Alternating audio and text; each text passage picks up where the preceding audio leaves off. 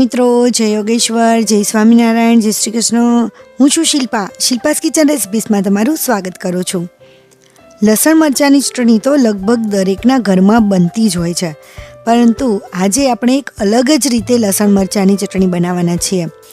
અને જે રીતે હોટલમાં એકદમ લાલ ચટાક જેવી ચટણી હોય છે ને, અને એ પણ કોઈ પણ જાતના કલરના ઉપયોગ વિના આપણે હોટલ કે ઢાબા જેવી એકદમ લાલ ચટાક ચટણી બનશે.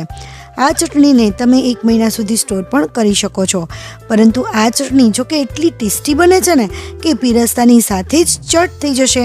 તમે શાક વિના પણ રોટલી, રોટલા, ભાખરી, પરોઠા કે થેપલા સાથે આને ખાઈ શકશો. અને બીજી પણ ઘણી બધી વાનગીઓમાં આનો ઉપયોગ કરી શકશો.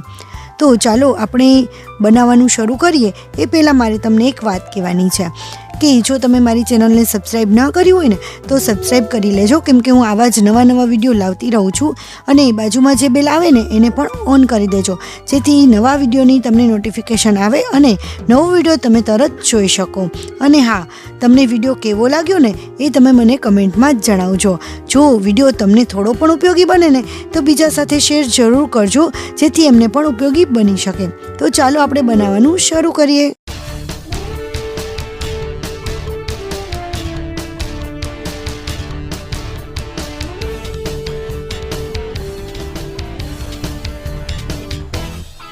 અહીંયા મેં અડધીથી પોણી વાટકી જેટલું લસણ લઈ લીધું છે અને એને ફોલી અને સરસ રીતે સાફ કરી લીધું છે. તો ત્યાર પછી આપણે એને એક મિક્સર જારની અંદર નાખીશું. આ રીતે બધું જ લસણ મિક્સર જારની અંદર નાખી દઈએ અને 1 ઇંચ આદુનો ટુકડો લઈ લઈએ. તો આ રીતે થોડો કટ કરી લેવાનું છે. જે બાજુ રેસા હોય ને એ બાજુથી જ કટ કરવાનું, જેથી રેસા કટ થઈ જાય ને એટલે મિક્સરમાં સરસ ક્રશ થઈ જાય અને ચટણીમાં વધારે રેસા ન આવે. ત્યાર પછી અહીંયા લાલ મરચાં લીધા છે મેં, અને 3 જે મોટા લાલ મરચાં આવે ને એ લીધા છે અને એના આ રીતે કટ કરી અને બી કાઢી લીધા છે. એટલે બી છે પ્રોપર ઘણી વખત ક્રશ નથી થતા હોતા, તો એ રીતે મેં બી કાઢી લીધા છે. અને આપણે ત્યાર પછી એની અંદર લીંબુ નાખીશું. લીંબુ આપણે 3 ચમચી જેટલું આપણે લીંબુ નાખવાનું છે. ત્યાર પછી આપણે પ્રમાણસર મીઠું નાખી દઈશું. થોડું ચડિયાતા મીઠે રાખીશું, જેથી એનો ટેસ્ટ ખૂબ જ સરસ આવશે. અને 5 ચમચી જેટલી આપણે ખાંડ નાખી દઈશું અને એને સરસ રીતે મિક્સર જારમાં ક્રશ કરી લેવાનું છે. આપણી ચટણી ક્રશ થઈ ગઈ છે, તો એને આપણે જોઈ લઈએ. એકદમ સરસ આ રીતે સ્મૂથ પેસ્ટ બની જશે. ઘણા લોકો લસણને અધકચરું રાખતા હોય છે, પરંતુ આ રીતે એક વખત તમે બનાવજો, આ રીતે ખૂબ જ સરસ લાગે છે. ત્યાર પછી એની અંદર 1 ચમચી જેટલું ધાણા જીરું પાવડર નાખી દઈશું અને એની અંદર લાલ મરચું પાવડર નાખીશું. આપણે જે નોર્મલ લાલ મરચું ઘરમાં જે યુઝ કરતા હોય ને એ જ લાલ મરચું લીધું છે મેં. કોઈ આમાં કશ્મીરી મરચું કે કલર કે કોઈ પણ ઉપયોગ નથી કરેલો. અને જે ઢાંકણામાં થોડી ઘણી ચટણી લાગી ગઈ હતી એ પણ સરસ સાફ કરી અને એની અંદર નાખી દઈશું.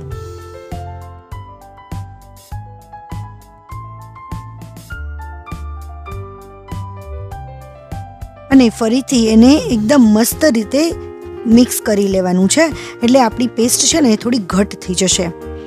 આ રીતે એકદમ ઘટ પેસ્ટ થઈ જશે અને થોડી જાડી થઈ જશે.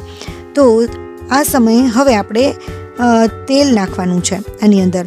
તો તેલ તમે જે ખાવામાં ઉપયોગ કરતા હોય ને એ જ તેલ લઈ લેવાનું છે. અને અહીંયા 1.5 પાવરું અથવા તો 1.5 ટેબલ સ્પૂન જેટલું આપણે એની અંદર તેલ નાખીશું.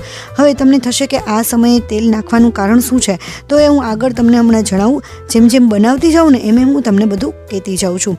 તો તેલ નાખી અને આપણી પેસ્ટ એકદમ સરસ તૈયાર છે. આ રીતે બનાવેલી પેસ્ટ છે ને એકદમ મસ્ત શાઇનિંગવાળી બને છે. અહીંયા તમે જોઈ શકો છો કે મારી પેસ્ટ છે એકદમ મસ્ત શાઇનિંગવાળી થઈ છે. તો અહીંયા આ તેલના લીધે શાઇનિંગ આવી છે.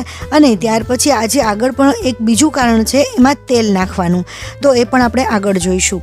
તો એ પહેલાં આપણે ગેસને ઓન કરીશું અને તપેલી કે કડાઈ જેમાં પણ તમારે ચટણી બનાવવી હોય એ આપણે ગરમ થવા મૂકી દઈશું અને એની અંદર આપણે તેલ નાખીશું. અહીંયા મેં સિંગ તેલનો ઉપયોગ કર્યો છે. સિંગ તેલના ઉપયોગથી ચટણીનો ટેસ્ટ વધુ સરસ આવે છે. અથવા તો તમે જે પણ તેલ વાપરતા હોય ને એ તેલ તમે અહીંયા લઈ શકો છો, પરંતુ આપણે ચટણીમાં થોડું વધારે પ્રમાણમાં જ તેલનો યુઝ કરવાનો છે. કે આપણે 5.5 ટેબલ સ્પૂન કે 6 ટેબલ સ્પૂન જેટલું આપણે તેલ લઈ લઈશું. તેલને એકદમ ગરમ થવા દેવાનું છે.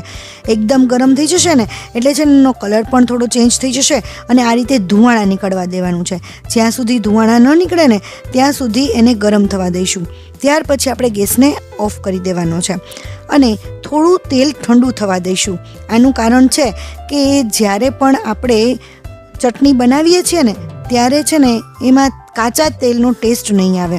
હવે થોડું તેલ ઠરી જાય એટલે એની અંદર હિંગ નાખી દઈશું અને આપણી જે ચટણી છે ને એ જે પેસ્ટ ચટણી માટેની જે પેસ્ટ તૈયાર કરી છે એ આપણે એની અંદર એડ કરી દઈશું. આ રીતે બનાવેલી ચટણી અમારા ઘરમાં બધાને બહુ જ ભાવી. અને હા, ઘણી વખત લસણનો ટેસ્ટ ચટણીમાં આવતો હોય છે. જોકે લસણ મરચાંની ચટણી હોય એટલે લસણનો ટેસ્ટ તો આવવાનો જ છે, પરંતુ કાચા લસણનો ટેસ્ટ આવતો હોય છે. તો એના માટે પણ આપણે આગળ ટિપ્સ જોવાના છીએ, તો છેલ્લે સુધી જોતા રહેજો. હવે આપણે બધી જ ચટણી એટલે કે પેસ્ટ છે એ બધું જ તેલમાં નાખી દીધું છે અને હજી આપણો ગેસ છે ને એ ઓફ જ છે, હજી ઓન નથી કરવાનો, નહીંતર તેલ વધુ ને વધુ ગરમ થઈ અને આપણી ચટણી જે છે એ બળી જવાની શક્યતા છે. તો થોડી એવું તેલ ઠંડુ થાય ને ત્યાર પછી આપણે ગેસને ઓન કરવાનો છે અને ગેસ છે ને સાવ સ્લો ફ્લેમ ઉપર જ રાખવાનો છે અને એને આપણે હલાવતા રહીશું. અત્યારે થોડું વધારે તેલ લાગશે, પરંતુ જેમ હલાવશો ને એમ બધું જ તેલ શોષાઈ જશે. તો આ રીતે એકદમ તેલની અંદર બધી જ પેસ્ટને મિક્સ કરી લેવાની છે. હવે મિત્રો, હું અહીંયા તમને જણાવું છું કે જે ઢાબાની કે હોટેલની ચટણી એકદમ લાલ ચટાકેદાર હોય છે ને એ આને કારણે જ હોય છે કે જે પેસ્ટની અંદર આપણે તેલ નાખેલું હતું એના લીધે આપણું જે મરચું છે ને એ લાલ મરચું એ જ્યારે તેલમાં જશે ને ત્યારે એ બળશે નહીં. લાલ મરચું બળવાને કારણે એ કાળું પડી જતું હોય છે. પરંતુ લસણ મરચાંની પેસ્ટ બનાવતી વખતે જો એની અંદર તેલ નાખશો ને તો એકદમ લાલ ચટાકેદાર જ બનશે. તો આ ટિપ્સ તમે એક વખત ફોલો કરજો અને પછી મને કહેજો કે તમારી ચટણી કેવી બની છે. હજી આપણે આગળ ખાસ ટિપ્સ જોવાના છીએ. એ પહેલાં તમને યાદ કરાવી દઉં કે જો તમે મારી ચેનલને સબસ્ક્રાઈબ ન કરી હોય ને તો સબસ્ક્રાઈબ કરી લેજો અને જો તમને થોડી પણ ઉપયોગી બની હોય તો બીજા સાથે શેર જરૂર કરી દેજો જેથી એમને પણ ઉપયોગી બને.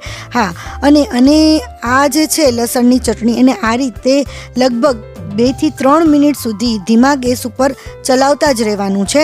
આ રીતે ચલાવતા રહીશું ને એટલે આપણા લસણનો જે કાચો ટેસ્ટ આવે છે ને એ ટેસ્ટ પણ નહીં આવે અને જે આપણી ચટણી છે ને એનો કલર વધારે ને વધારે એકદમ સરસ લાલ ચટાક જેવો થઈ જશે. અને આ રીતે બનાવેલી ચટણી તમે એક વખત ખાશો ને તો તમે મને એક વખત તો જરૂર યાદ કરશો અને ઘરના બધા પણ ખુશ થઈ જશે આ રીતે ચટણી બનાવેલી ખાશે તો. અને હા, આ ચટણી આવી જ રીતે જે રીતે અહીંયા તમે સ્ક્રીન પર જોઈ શકો છો ને એકદમ ફિનિશ ચટ થઈ જાય છે એવી જ રીતે ઘરના પણ ચટ કરી જશે. તો મિત્રો, તમને મારી રેસીપી કેવી લાગી એ મને કમેન્ટમાં જણાવવાનું ભૂલતા નહીં. Thank you for watching. આવી જ નવી નવી રેસીપીઓ સાથે આપણે ફરીથી મળીશું. ત્યાં સુધી બાય, ટેક કેર. સબસ્ક્રાઈબ કરવાનું ના ભૂલતા. Thank you.